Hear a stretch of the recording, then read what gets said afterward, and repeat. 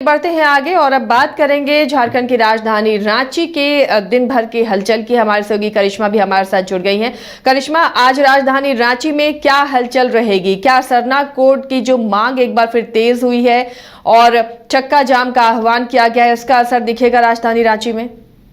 जी आसिया, लेकिन इससे पहले हम अपने दर्शकों को ये बता दें कि आज झारखंड के लिहाज से काफी बड़ा दिन है, क्योंकि एक बार फिर से मुख्यमंत्री हेमंत सोरेन को ईडी की ओर से 7वां समन जारी कर दिया गया है। दरअसल इससे पहले भी जमीन घोटाले मामले में मुख्यमंत्री हेमंत सोरेन को लगातार ईडी की ओर से समन जारी किया जा रहा था और इस बार 7वां समन जारी किया गया और ये कहा गया है कि 2 दिनों के अंदर लिखित दे कि आखिर मुख्यमंत्री हेमंत सोरेन कहाँ मिलेंगे, क्योंकि यहाँ पर मुख्यमंत्री हेमंत सोरेन को ही डिसाइड करने का मौका मिला है। और ये भी कहा गया है कि 7 दिनों के अंदर बयान दर्ज कराने को भी कहा गया है। तो कह सकते हैं कि मुख्यमंत्री हेमंत सोरेन की जो मुश्किलें हैं आसिया लगातार बढ़ती हुई नजर आ रही है, क्योंकि इससे पहले भी कई बार मुख्यमंत्री हेमंत सोरेन को समन जारी किया गया था। मुख्यमंत्री हेमंत सोरेन ईडी कार्यालय नहीं जा रहे थे, लिहाजा इसको लेकर झारखंड की सियासी सरगर्मी भी तेज हो गई थी। लेकिन आज एक बार फिर से झारखंड की सियासी सरगर्मी तेज होगी, क्योंकि यहाँ पर ईडी की ओर से यह भी कहा गया है कि अगर जानबूझकर अनुपालन नहीं किया गया तो उचित कार्रवाई भी होगी, क्योंकि लगातार मुख्यमंत्री हेमंत सोरेन को ईडी की ओर से समन जारी किया गया था। इससे पहले भी हम अपने दर्शकों को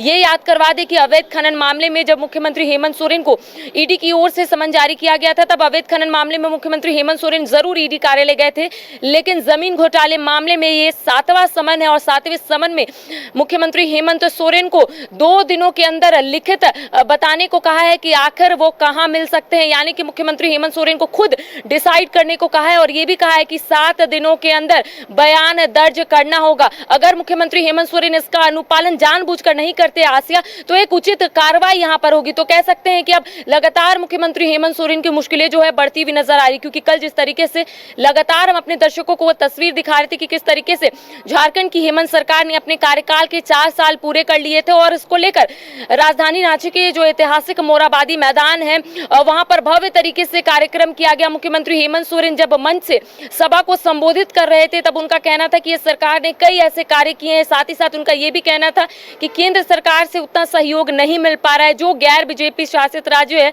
वहां से सहयोग नहीं मिल पा रहा है, यानी कि इनका कहना है कि जो भी सरकार करना चाहती है सहयोग नहीं मिल पाता है, जिस वजह से लेट हो जाती है। साथ ही साथ उनका यह भी कहना था कि 2019 से पहले राज्य को कोई नहीं पहचानता था, लेकिन जब से हेमंत सरकार आई है तब से पूरे देश दुनिया में झारखंड को सभी लोग जानते हैं। तो कह सकते हैं जिस तरीके से मुख्यमंत्री हेमंत सोरेन ने कल मंच से तमाम चीजों के बारे में जानकारी दी है और आज इस तरीके से बड़ी खबर है कि मुख्यमंत्री हेमंत सोरेन को 7वां समन जारी कर दिया गया है। तो सम्मान मिलने के बाद भी मुख्यमंत्री हाजिर नहीं हुए। उन्होंने कई तरह के आरोप भी लगाए कि जानबूझकर इस सरकार को परेशान किया जा रहा है। अब ये जो पत्र ईडी ने लिखा है, इसे 7वां सम्मन भी ईडी मान रही है। 2 दिनों के अंदर उन्हें जगह भी बताना है कि किस जगह पर वो कंफर्टेबल हैं। ये सुविधा ईडी ने दी है कि उनके जगह पर ही आकर उनके बयान को कलमबद्ध किया जाए, उनके बयान को दर्ज किया जाए। अगर इस बार भी कोई जवाब नहीं देते हैं मुख्यमंत्री या फिर कोई जगह मुकर्रर नहीं करते हैं, तो क्या उनके लिए मुश्किलें बढ़ सकती हैं?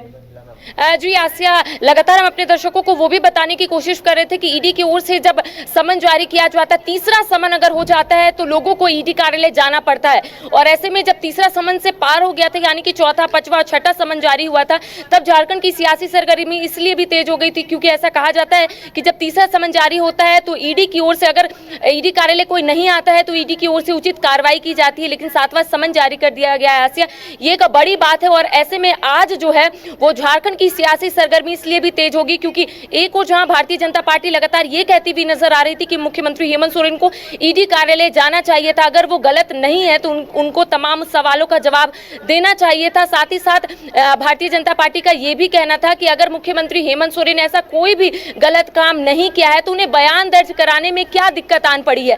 तो कह सकते हैं कि अब तमाम चीजें जो है आसिया वो स्पष्ट हो जाएगी कि आखिर मुख्यमंत्री हेमंत सोरेन का अगला कदम क्या होने वाला है, क्योंकि बीजेपी लगातार सरकार को घेरने से पीछे नहीं हट रही है। बीजेपी का ये कहना है कि ये सरकार में सिर्फ भ्रष्टाचार हुआ है, ये सरकार सिर्फ लूटने का काम की है। और ऐसे में जमीन घोटाले मामले में कई लोगों को ईडी की ओर से समन जारी किया गया था, कई लोग ईडी कार्यालय गए थे और उन्हीं के बयान के आधार पर कई लोगों को ईडी कार्यालय बुलाया गया था। और कह सकते हैं कि अब आने वाले समय में चीजें जो है वो बदलती हुई नजर आएगी आसिया, क्योंकि जब 7वां समन आ गया है और मुख्यमंत्री हेमंत सोरेन को खुद जगह डिसाइड करने को कहा है कि आप जहां पर कंफर्टेबल है वहां आप बता बता दीजिए, वहीं पर ईडी जो है आपका बयान दर्ज करा लेगी। तो कह सकते हैं कि अब धीरे धीरे जो मुश्किलें है आसिया मुख्यमंत्री हेमंत सोरेन की, वो बढ़ती हुई नजर आ रही है। और इसको लेकर एक बार फिर से झारखंड की सियासी सरगर्मी भी आने वाले समय में तेज हो जाएगी, क्योंकि भारतीय जनता पार्टी कई मुद्दों को लेकर तो इसे लेकर आज सियासत भी होगी करिश्मा, लेकिन इसके अलावा गतिविधियां और कौन सी हैं? क्या आज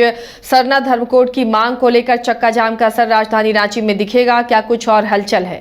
जी, सरना धर्म कोड को लेकर आज भारत बंद है और ऐसे में झारखंड में ज्यादा असर देखने को मिल रहा है आसिया, क्योंकि आपको याद होगा कि झारखंड विधानसभा से सर्वसम्मति से सरना धर्म कोड को पारित कर राजभवन भेजा गया था। और 2020 में जिस तरीके से लगातार तस्वीर लोग देख रहे होंगे कि किस तरीके से ढोल नगाड़े की थाप से पूरा जो झारखंड है वो गूंज रहा था, किस तरीके से तमाम जो सरना धर्म कोड की जो मांग कर रहे थे वो लोग नाचते गाते हुए नजर आ रहे थे। उनका कहना था कि बरसों से जो सपना देख रहे थे वो सपना ये सरकार ने पूरा किया है, लेकिन 2020 से 2023 आने वाला वो भी आखिरी में है। और ऐसे में तमाम जो लोग हैं उनका कहना है कि आखिर क्या करने वाली केंद्र सरकार, क्योंकि उन्हीं के हाथ में, उन्हीं के पाले पर है।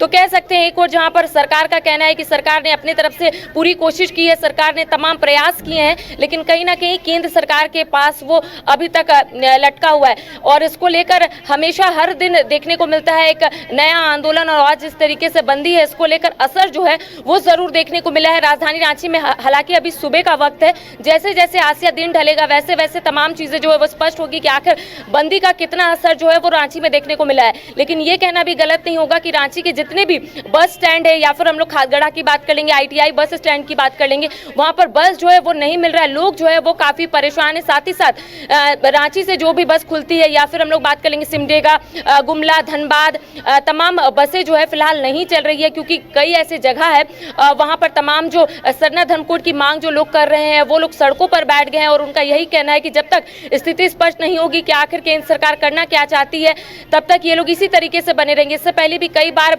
रेल रोको अभियान भी इनकी ओर से देखने को मिला था। कई बार इनका कहना था कि अगर स्थिति स्पष्ट नहीं होती, अगर ये नहीं पता चलता है कि आखिर सरना धर्म कोड हमें कब मिलेगा, तब तक हम लोग इसी तरीके से आंदोलन करेंगे।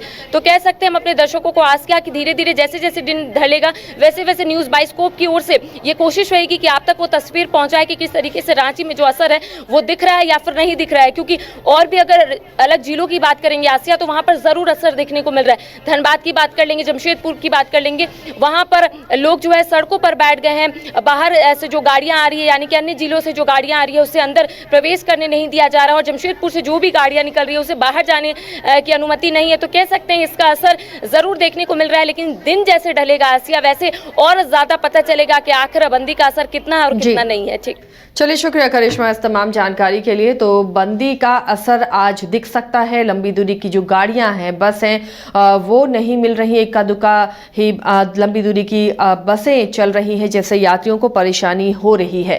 राजधानी रांची में वाइल्ड वादी लेकर आया है रांची फ्लावर पार्क, जहां आकर्षक फूल मोह लेंगे आपका दिल। रात में आकर्षक लाइट से नजारा होगा रंगीन। परिवार के साथ उठाइए ट्रैम्पोलिन पार्क का लुत्फ। की जगह पर मिलेगा amusement park, zip line, bird park, picnic और कुल्हड़ चाय का भी मजा। Monday to Friday entry fee सिर्फ 200 रूपए और सैटरडे और हॉलीडेज में महज 300 रूपए में भरपूर मनोरंजन। तो आइए वाइल्ड वादी। IIT जी नीट एस्पिरेंट्स के सपने को पंख देने आ गया है कंप्लीट सॉल्यूशन इंस्टीट्यूट। यहाँ है smart classroom, 1-to-1 doubt clearing session, ask the expert, video solution और भी बहुत कुछ। मतलब हम करेंगे आपको गाइड, बनेंगे आपके mentor. Foundation classes from class 6 onwards for your bright future. Visit complete solution institute.